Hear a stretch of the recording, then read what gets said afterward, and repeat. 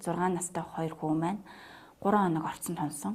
Хашигсан нэр нь билээ айц төгсөр ихтэй тийм хүмүүс байсан. Тэгээ бидэд шүнжин нэрэн сурвалжилж хайгаад тэгээд хүүхд талгаар нөгөө орон нутгаас ирээд энд нөгөө хичээл айгу хосрогдолтой. Сайн байцгаана уу? Би Баянзүрх дүүргийн хүүхэд гэр бүл хөгжил хамгааллын хэлтсийн 13 дугаар хороо хариуцсан нийгмийн ажилтан Сурмаа байна. Та бүхэн маань миний ажлын нэг өдөртөө танилцсан уу? Өглөөний минь сайхан амарсан.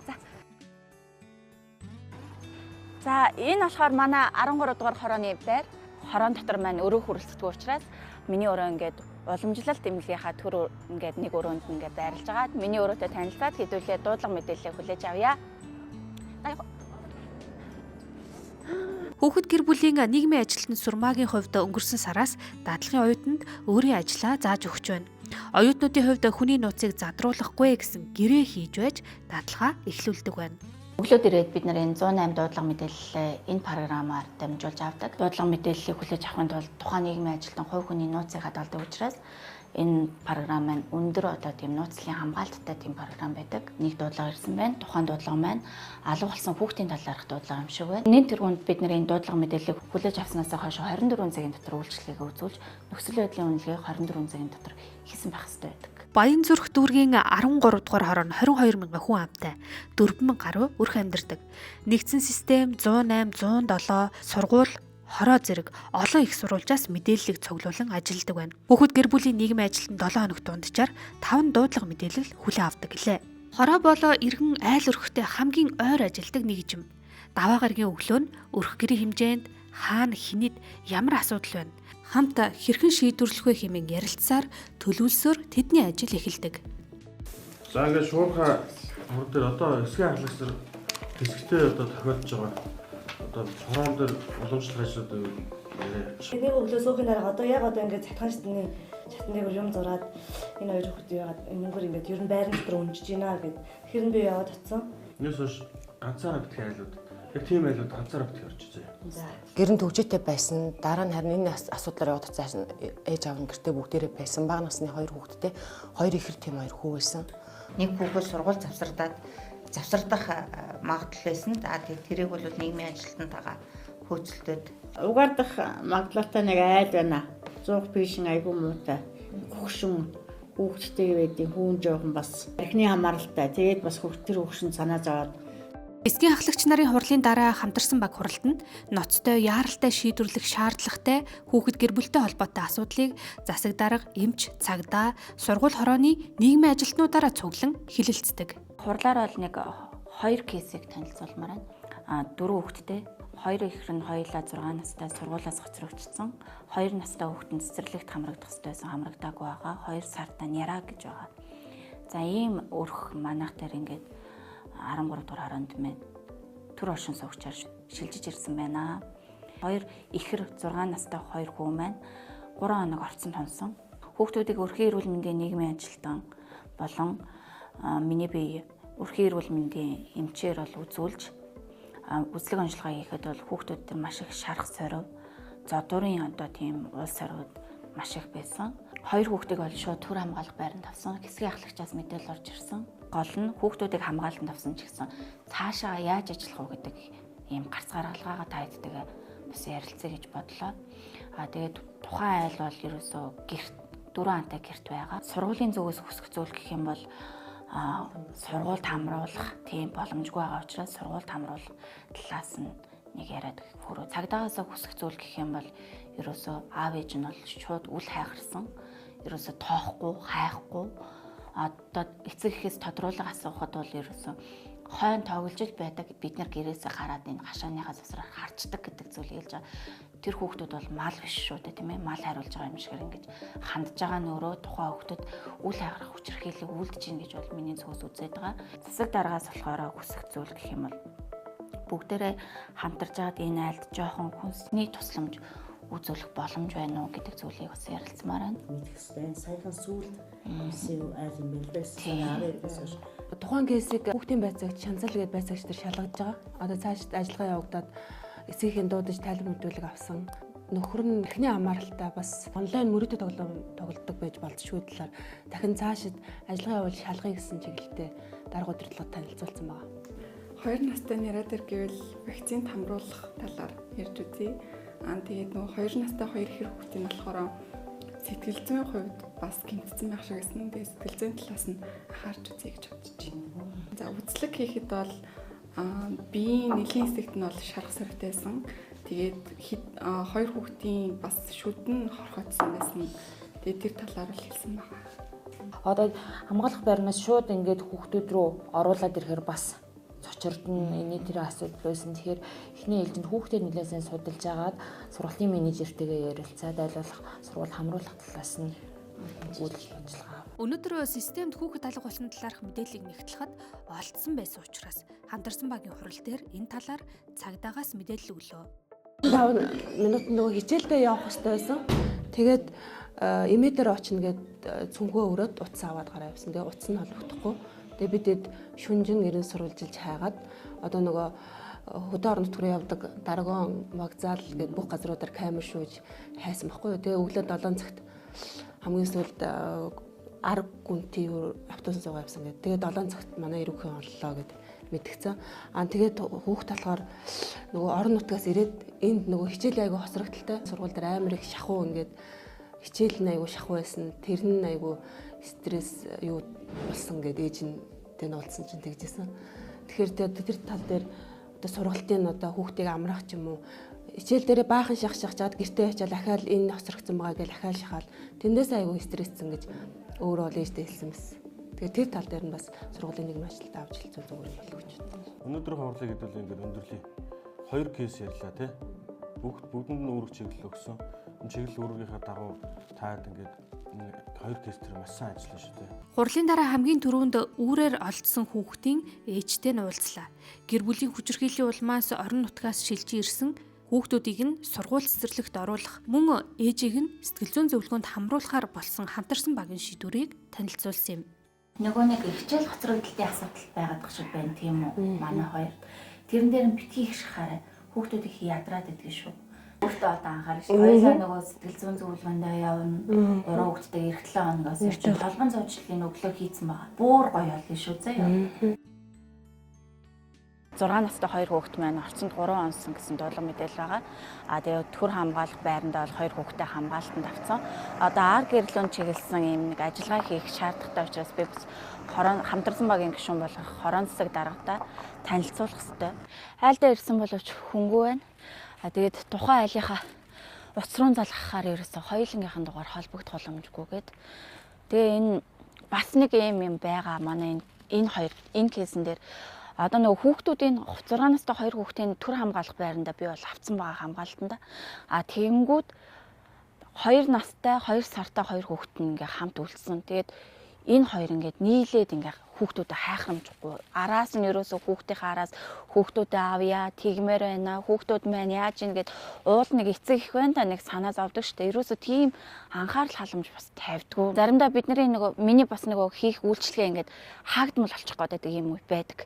Тэр үе дээр бас нэг хорон засаг даргатаа танилцуулаад бид нар хамтаараа бас баг бүрэлдэхүүнээрээ ингээд нийтээрээ бас энэ айл руугаа чиглэсэн тухайн кейс рүүгээ чиглэсэн үйлчлэгээ үзүүлэх бас гаргалгаа гарч ирдэг болохоор тухайн яг ийм онцгой нөхцөл байдал дээр хорон засаг даргаагаа дагуулж ирж бас танилцуулах шаардлагатай байдаг. Сонгоны хайрхан дүүргээс 6 сарын 19-нд одоо над тэр шилжиж орж ирчихсэн альбом бичгээр 5 өмчийн хүүхдийн асуудал хөндөгдөж орж ирсэн. Тэгээд энэ дээр ингээ ажиллахад ээж маань нас орсон байдалтай, моргт хадгалаастай хүүхдүүд маань төр хамгаалах байранд орсон юм байдалтай. Одоо 19-ний өдөр 6 сарын 19-ний өдөр орж ирчихсэн. Зэрэг дүүргийн 13 дугаар хороонд хаягийн тодорхойлт гаргаад нийгмийн ажилтны сурмаа над руу ярьсан. 13 дугаар хорооны хамтарсан баг миний хүнд асуудлыг шийдэж охины минь цогцыг 21 хоногдаар нь нутаглуулж буйны ажилыг хийсэн. Тэгээ танай хүүхдүүдийг асрамжийн газар авах көсөлд ирсэн байлаа. Тэгээд тантай би ярьж зөвлөлтий гэж утсан юм. Асрамж руу орохдоор хүүхдүүд бол нэр хүндээсэн хүртэл хүнд бай тусдаа хүүхдэд. Тийм учраас бид нэр хамтарсан баг байгуул таныг асраа хамгаалагчээр гэр барьж тэгээд таныг асаргааны руугаар хүүхдүүдийг чинь авч завсардаг 102 хүүхдийг чинь насан туршдын боловсролд оруулж мэрэгчлэлтэй техникум эзэмшүүлнэ. 3 багын цэцэрлэгт оруулж өгсөн. Том охины сургуульд оруулж өгсөн. Тэгээд одоо манай хүүхдүүд ямар ч байсан нийгэмш байх гэж их чинь итгэж байгаа. Энэ хамтарсан багийн ач тусаар би бол энэ сэтгэлийн гүн дарамтнаас бол маш өндөр юутай өөрийгөө авч явах чадвартай болсон гэж бодож байгаа. Та бүгдэд баярлалаа. 2017 оноос хойш үйлчлэгээ үзүүлж ирсэн. Манай хороо сүүлд бас 37 дугаар хороон дээр очсон байсан. Тэнд багтан бид нар бас ингээл хүнээ бас өргөдүүлэхгүй ингээл байнгын л холбоотой байдаг гэстэй. Тэгэхээр одоо сүүлд одоо та ингээ асар хамгаалагчаар тогтоогдоод хүүхдүүд маань ч гэсэн баяр хөсгөлтэй сайхан байна өнөөдөр. Сайхан дулаахан байна. Надад бол одоо их сайхан санагдаж байна. Та нарын хөдөлмөрийн нэр бүтээлийг ямар ч гэсэн их чинь өрн таран хийхгүй далгамтлаад өөрийнхөө үүрэг тариуцдаг ямар ч гэсэн чадлынхаа хэмжээнд гээл гэж бодож байгаа. Үндэсний багцаа тарааж хамтарсан багийн ахлагч болох хорооны засаг даргадаа ажиллаж байгаа айлуудынхаа нөхцөл байдлаа үзүүлсний дараа өнөөдөр хамтарсан багийн хурлаар хилэлцсэн орцонд 3 хонсон гих 2 ихэр хүүхдийг ирэхээр төр хамгаалах байрыг зорьсон юм. За өдрийн минь дахаа. Өдрийн минь дээ.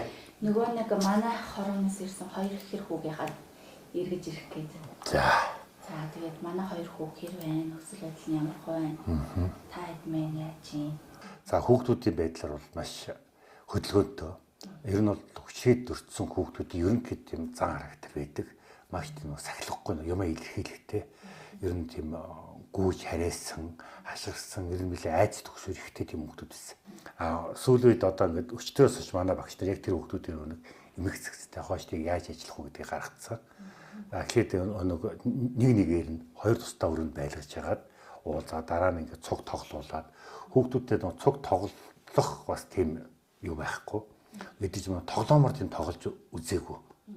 Тэгээд одоо эвлүүлээ тоглоом ингээд тоглолтыг ингээд зааж өгөөд хүүхдүүдээр ингээд тоглолтын гэдэг тал дээр одоо суралцж байгаа. Хүүхдийн аваа явсан юм чинь битүүрт илүү амар байдлаар нөгөө 2 хүүхд аваад ихтэй байхгүй байх чинь.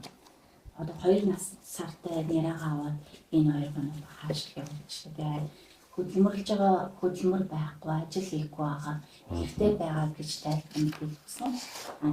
Тэгээд одоо гэртээ байхгүй байна. 2 өдрийн байлтай байлаа. Тэгээд бууцсан цагтаа ирэхгүй гэр бүлний одоо эцэг их хоёр бол хоёулаа наашаага хандаад хүүхдүүд маань яаж юм хүүхдүүд аавыг тийм ямар ч хандлага энэ хүмүүсээс гарсан. Тэгэхээр бид нар одоо нэг иргэн нэгтгэх тал дээр жоохон яахгүй байна. Та юу гэж бодож байна? Одоо яг тийм байгаа хүүхдүүдийг бид ямар иргэн нэгтгэх гэж шаардахгүй. Боллоо одоо хугацаа боллоо өгье гэд авъя гэх нь өгчдөг. Энд суралцсан хүүхдүүд маань очиод нөгөө эндээс сурсан юмнууд минь очин бүдэж өгөхгүй болчиход байгаа. Тийм учраас яг энэ хүүхдүүдтэй бид нар сайн ажил, та бүхэн ар гэртээ сайн ажил, шаардлагатай бид нар ар гэртнээс хүүхдийн талаар юм байгаа гэдэл мэдээлэл өгье. Энэ хоёр нь одоо нөгөө цэцэрлэгийн нас өнгөрсөн юм шүү тий. Тэгээ сургууль орох хэрэгтэй тий. Тийм учраас яг 1-р ангийн хүүхдийг юу хийх ёстой вэ гэдгийг бид нар одоо манай багш эх 7 хоног өссөн ингээд өнөөдөр ирсэн. Тэгээ багш минь юу өчтөр 1-р ирсэн, өчтөр ирсэн. Багш минь юу хийсэн гэхээр за эх 7 хоногоос энэ хоёр хүүхдэд нэг хувилдаа дэвтэртэй гар зөвшөөрлөх ажлыг эхэлье. Одоо энэ дээр юу хийж ийм гэх нэг янз янзын өнгийн юмнуудыг нэг юм бодуулж, дүрсэн дээр юм бодуулж тийм хийлгэж байгаа. За ер нь бол эмчмэн үсцсэн байж байгаа. Одоо бид нөгөө хүүхдүүдтэй ингээд бас чигсааж байгаа харж байгаад шүдний имлэг рүү нөгөө гэрээт газрууд байгаа. Ер нь авч эмчтгийг нь хийлгэн. 2 хүүхэдтэй бол санаа зовох асуудалгүй. За хүүхдүүд минь энд өдрийн 4 хоол зайтай. За тэгээд байранд дулаахан 7 хоногт 2 удаа усанд орж байгаа. За хувцсыг бол ерөөсөө байнга сольж цэвэрлж байгаа. За тэгээд эдгээр чимээд халтар болон заавар нь штэ. Миний хүүхдэн за тэр мэрийг ингээд сольж ер нь бол тийм үйлчлэгийг бол 100% авч байгаа.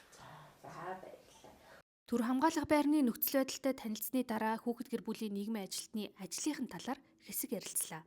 Хүүхд рүү чиглэсэн ингээд үйлчлэгийг үзүүлээ явж байгаад ард нь бол гэр бүлийн маргааны улмаас одоо энэ хүүхдүүдийн эрх шиг хорж идэг. Тэгээд Баянзүрх дүүргийн хэмжээнд одоо хамгийн сүүлд миний судалж мэдснээр бол одоо 8 сарын хэмжээнд 1500 иргэн салтаа одоо ингээд үүсгэх гээд ингээд өргөдөл гомдлоо ингээд өгсөн байх жишээ нь.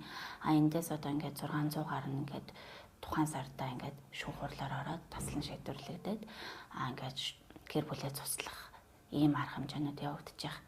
Жишээ нь ийм судалгаанууд байгаад байгаа юм л да. Ашиг нь өндөгдсөн хүүхдүүдэд одоо чиглэсэн хэн одоо төрийн үйлчлэгийг хүргэх вэ гэхээр энэ мэдээж хэрэг хүүхэд гэр бүлийн нийгмийн ажилтан гэсэн оронтой заавал шаардлагатай байгаад байгаа. Бид нар төрийн үйлчлэгийг танд хүртээмжтэйгээр хүргэх гэж ингэж очиж байгаа иргэд одоо төрийн албаа агч болохоос биш танаа гэр бүлийг ингээд одоо нөгөө танаа гэр бүлийн одоо амьдралд гаднаас ингэж нөлөөлж салах гад тий бүр ингээ хүчин зүйлийг алга болох гэж байгаа зүйл бол огт биш шүү. Танаа гэр бүлд ингээ дэмжлэг үзүүлэх гэж очиж байгаа ийм албан агчид шүү гэдэг зүйлийг манай иргэд маш сайн ойлгоосоо гэж бол хүсдэг. Энэ жоохон архины амаралтай. Эхнэр бол ингээ 4 хүүхдээ хаяа авцсан. Тэгээд эхнэрийг одоо эхнэр сардаа нэг ирэхээр хүүхдүүд рүүгээ дайраад хамгийн маавдлээ сүтгээд ингээ гараа явах жишээ нь. Тэгэнгүүт нөхрөө бол одоо маргалддаг байх нь шүү дээ. Эхнэр одоо ингээд наад хүн чи арх угаад байгаа болохоор би ингээд залхачлаа. Одоо би дахиж эргэж очихгүй гэд яг ясам дээр энэ хинд гомдоод байгаа нь тий хиний үүрэг хариуцлагын одоо та ингэх ёстой, тэгэх ёстой гэдэг тайлбарыг өгөөд ахад л манай ээж маань одоо ойлгохгүй байх жишээ нь тэнгүүд л чи наад хүнээ архинаас нь гаргаад чаддгийм бол аваад суугаарай гэдэг үгийг анх удаа сонсоод тэр одоо яг юу гэсэн ч үгүй одоо тэр нь одоо байж болохгүй л дээ. Зүгээр би тухайн гэр бүлд одоо ийм юм байна, ийм үйлчлэгээ байна. Та одоо ингээх хэрэгтэй байна. Та хоёрын гэр бүлийн маргаанаас болоод хүүхдүүд ингээд хохироод байна. Хүүхдүүдийн эрх ашиг ингээд зөрчигдөөд байна. Та үл хайхрах хүчирхийл ингээд үйлдэхэд байна гэдэг зүйлийг тайлбарлаад одоо та ингээд гэр бүлийн элэг бүтэн ингээд аваад үлдэх шаардлага байна, үүсээд байна гэдэг зүйлийг тайлбарлахад хүлээж авч чадахгүй тийм одоо хүмүүс байдаг. Тэр нь одоо бидний ажлыг илүү одоо хүнд нөхцөлд оруулж яадаг. Бас манай яг хэлцээс бас нэг давуу тал байж байгаа. Хүнээс байн гуугаад авахгүйгээр бид нар шуурга тусламжийн үйлчилгээнийхээ маягтыг бөглөөд тухайн хүүхдэд хэрэгцээ шаардлагатай бүхий л боломжийн одоо хувьсах зардлуудыг гаргуулад хэрэгтэй юмнуудыг авч өгдөг. Энэ маань бидний ажилд маш их түлхэс болдог. Тэгээ иргэд бас энийг зөвөр ойлгоорой. Бид нар бол өөрсдөндөө гаргаж авдаггүй. Яг хүүхд рүүгээ чиглэсэн үйлчлэгээ гэдэг зүйлийг үйлдэж маш их бичиг цаас болж ээж бас энэ маягтаа бөглөж өгчиж бид нар энэ үйлчлэгээгээ бас үзүүлдэг байгаа. Би ч бас их гоё өдөр орсон. Валентины баяраар 2 сарын 14-ний өдөр орж исэн. Ягаад ч нэг тийм хайр түгээс өдөр орж исэн учраас одоо яг энэ ажлаараа бас бусдад хайр түгээх юмсан гэж би бас зорддог. Миний зорилго хүүхэд болгон тэр бяцхан зүрх болгон айх айцгүй тэгээд бас нэг эрүүл аюулгүй орчинд халуун дулаан гэр бүлтэйгээ хамт хайр дунд өсөөсэй л гэж би одоо боддог. Айлуудаар мөн төр хамгаалах байраар очсны дараа нийгмийн ажилтны ажил дуусахгүй. Өдрийн үлдсэн хагас нь сургууль дээрх сургалтаар үргэлжиллээ. Бидний бас нэг ажлын чиг үүрэг дотор бас насан туршаагүй хүүхдүүдийн одоо хууль ёсны төлөөлөгчөөр бас бид нар бас оролцдог байгаа. За тэгээд одоо би цагдаагийнхаа нэгдүгээр хэлц рүү ороод нэг 16 та охиныхоо хууль ёсны төлөөлөгчөөр ингээд бас суух гэж байна. Хүүхдийнхаа хууль ёсны төлөөлөгчөөр оролцоод гараад ирлээ. Насан туршаагүй хүүхдүүдийн хууль ёсны төлөөлөгчөөр оролцсноор тухайн хүүхд чинь өөрөө нөгөө эрх зүйн чадамжгүй хагас чадамжтай гэж үзэж байгаа учраас эрх зүйн бүрэн чадамжийг бий болгох үүднээс бид нар бол хажууд нь бас нөгөө тухайн байцаагчийг ямар асуулт тавьж гин хөтөлсөн асуулт тавьж гин үү тухайн хүүхдэдтэй холбоогүй зүйлийг тухайн хүүхдээс асууж гин үү тулгсан асуулт асууж гин үү гэх мэтчлэн дээр нь хяналт тавьж ажилладаг байгаа. За манай энэ Баянзүрх дүүргийн 1-р хэлс дээр бол бүх эрхийг нь бол хангаж ажиллаж байна тухайн байцаагч маань. За тэгээ та бүхэндээ миний нэг ажлын нэг өдөртэй хамт байсанд баярлалаа.